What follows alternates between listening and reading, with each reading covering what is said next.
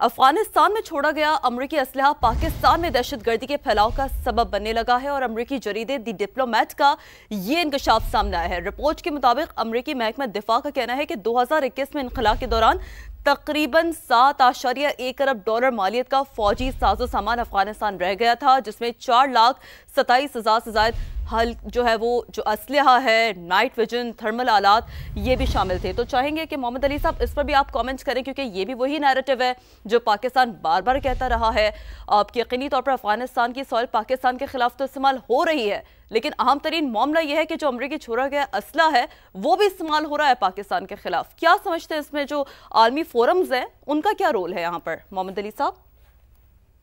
समझता हूँ कि देखें, इसमें कोई शक नहीं है कि इस वक्त ट्रंप इंतजामिया को इस बात का बखूबी एहसास हो चुका है कि बाइडेन इंतजामिया ने जो 7.2 अरब डॉलर का अमरीकी जदीद असलहा अफगानिस्तान में छोड़ा था, वो दोबारा से दहशतगर्दों के हाथ लग चुका है और इस खत्ते में दहशतगर्दी को पनपने और फैलाने के लिए वो इस्तेमाल हो रहा है। और उनकी जो डायरेक्टर नेशनल इंटेलिजेंस हैं तुलसी गहलोत, वो यूएस कांग्रेस के सामने टेस्टिफाई कर चुकी हैं कि ये इतनी बड़ी गलती थी कि ऐन मुमकिन है कि अमेरिका को दोबारा अफगानिस्तान की जानिब रुजू करना पड़े। तो मैं समझता हूं कि अफगानिस्तान अभी हाल ही में ईरान में भी जो बैठक हुई, जिसमें तमाम ईरान के अफगानिस्तान के जो हमसाया ममालिक थे पाकिस्तान समेत, उन्होंने शिरकत की। और यूं लगता है कि काबुल इंतजामिया इस इजलास से इसलिए भाग गई क्योंकि उनको तवक्को थी कि पाकिस्तान की रिक्वेस्ट पे ये जो इजलास बुलाया गया है, इसका मकसद ही ये था कि उनकी गलतफहमी दूर की जाए कि पाकिस्तान को नुकसान पहुंचा के वो दुनिया में रह सकते हैं, बल्कि तमाम हमसाया ममालिक उनको मिलकर इस खत्ते के इस्तेहकाम के लिए एक खतरा समझते हैं। और ये बात साबित हो चुकी है। अब मैं समझता हूँ जैसे जैसे उनके ऊपर सिफारती, सियासी और माशी दबाव बढ़ेगा, उनको खुद भी एहसास होगा कि ये गैर जिम्मेदाराना जो उनकी अप्रोच है दहशतगर्दी को अपने उसकी आबियारी करने की सरजमीन के अंदर, ये ना उनके मफाद में है ना किसी के मफाद में है, और सबसे ज्यादा नुकसान खुद इसका अफगानिस्तान को पहुंच रहा है। तो बहुत जरूरी है कि पाकिस्तान अपनी सरहदों को महफूज करे, लेकिन साथ ही साथ आलमी बरादरी के साथ मिलकर अफगानिस्तान को गायल करने की कोशिश की जाए कि वो अपने तर्ज बदले और इस खित्ते में भारत के एक प्रॉक्सी के बजाय एक जिम्मेदार रियासत का रोल अदा करे। ये बड़ी अहम बात है। आबिद लतीफ साहब, आप भी इस पर कमेंट करें। समझते हैं कि ये यकीनी तौर पर इंटरनेशनल स्ट्रेटेजिक मिसकैलकुलेशन भी से तस्वुर किया जा सकता है? आबिद साहब जी, अभी जैसे मोहम्मद अली साहब कह रहे थे,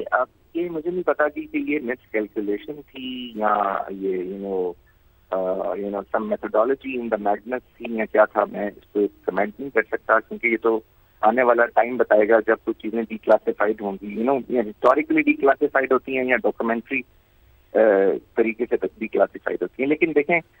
ये जो स्मॉल आर्म्स हैं और इतनी बड़ी तादाद में स्मॉल आर्म्स, 7.1 या 2 बिलियन का असला, जिसमें 130 जहाज जो कि खैर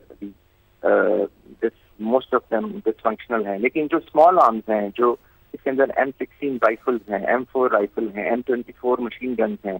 फिर नाइट विजन डिवाइसेस हैं, फिर स्नाइपर राइफल्स हैं, ये दुनिया का, ये जो स्मॉल आर्म्स है, ये दुनिया का one of the best weaponry है। और इसकी भी तादाद अगर आप देखें इन वेपन्स की, तो ये कुछ 6-7 लाख ये राइफल्स थी जो वहाँ पे छोड़ी गई। और अब अफगान ये कहते हैं कि इनमें से आधी गायब हैं, आधी उनकी कस्टडी में है जो कि अफगान नेशनल आर्मी के लिए छोड़ी गई, और आधी गायब हैं। और वो आधी में से कभी कोई मिडल ईस्ट से पकड़ा जाता है वेपन, कभी कोई कहाँ से। इवन पाकिस्तान में जो 63 वेपन्स पकड़े गए, उनके सीरियल नंबर जो थे वो अफगान नेशनल आर्मी के थे जो वो थे। तो अब देखेंगे और जो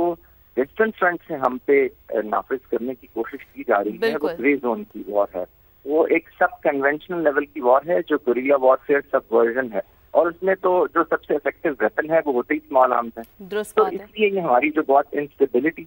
का जो लेवल है, इनकी वजह से वो हमारा बहुत हो गया। जैसे अली साहब कह रहे थे, देखिए मॉस्को में एक कॉन्फ्रेंस हुई जिसमें इनको समझाने की कोशिश की गई, ईरान में एक कॉन्फ्रेंस हुई जो भी रिसेंटली हुई, फिर किर्गिस्तान में हुई, फिर दोहा में दरमियान में जब नेगोशिएशन अफगानी और पाकिस्तान की चल रही थी, 3 दफा बात हुई। तो बहुत सारे मुल्कों ने कई दफा इनको समझा लिया, लेकिन वो मेरा ख्याल है वो, क्योंकि वो कहते हैं कि जी جب انہیں سمجھنا نہیں ہوتا تو وہ سمجھنا نہیں ہوتا تو جو روایات ہوتی ہیں وہ یوں ہی طور پر برقرار رہتی ہیں. بہت شکریہ سید محمد علی صاحب ہمارے ساتھ موجود تھے اور ساتھ حاصل تھا عابد لطیف صاحب کا. آپ دونوں نے اپنا قیمتی تجزیہ سما کے ناظرین کے سامنے رکھا.